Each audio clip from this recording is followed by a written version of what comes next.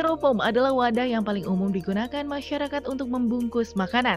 Selain praktis, menyimpan makanan atau minuman dengan styrofoam juga menjadi tak mudah tumpah.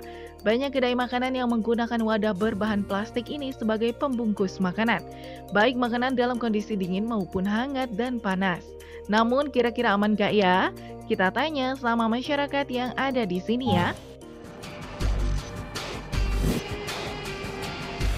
Kalau kata biasanya kan kalau yang panas kan suka bikin penyakit. Sebetulnya kalau dikasih alas kan nggak apa-apa. Oh enggak pernah pakai. Kalau itu pakai kardus, goreng-gorengan pakai kardus, pakai kertas. Kurang bagus buat kesehatan. Kurang tahu tapi begitu kata pembeli itu jangan pakai styrofoam Bu, gitu. Lebih baik pakai kardus aja. Nah, dikasih daun pisang, pakai kertas gitu. Ya kita mengikuti sesuai dengan selera pembeli. Meski membungkus makanan dengan styrofoam terlihat lebih praktis, tapi hati-hati ya, katanya justru dengan membungkus makanan dengan styrofoam bisa menyebabkan sejumlah ancaman kesehatan. Benarkah? Biar nggak penasaran, kita bahas fakta dan mitosnya yuk bersama Dr. Shirley Moningke berikut ini. Fakta mitos pertama, styrofoam lebih aman digunakan sebagai pembungkus makanan dibandingkan kantong plastik.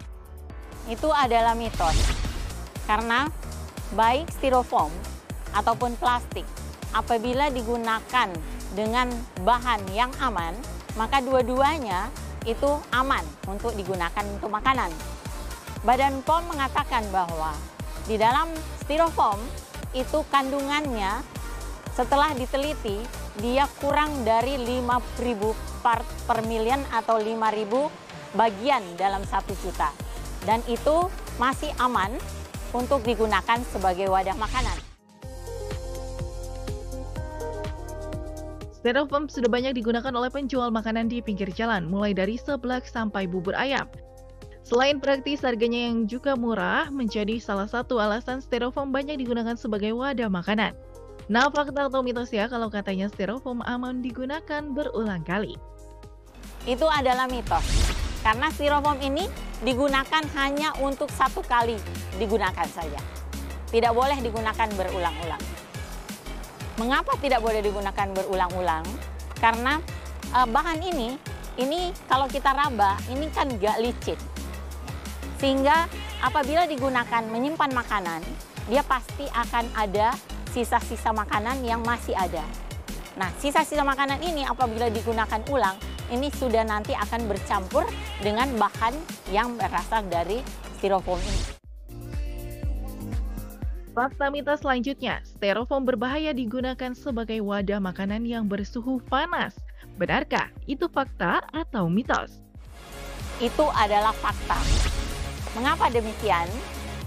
Pada suhu panas, bahan styrofoam ini dia terbuat dari suatu bahan yang apabila dipanaskan, bahan tersebut akan terlepas, kemudian dia akan bercampur dengan makanan. Kemudian kita yang mengkonsumsi akan mengkonsumsi makanan yang sudah bercampur dengan bahan yang dari styrofoam tersebut. Supaya terhindar dari bakteri dan kotoran, makanan memang perlu dikemas ya pemirsa. Mulai dari rumah makan hingga pedagang kaki lima kerap menggunakan styrofoam sebagai wadah untuk makanannya.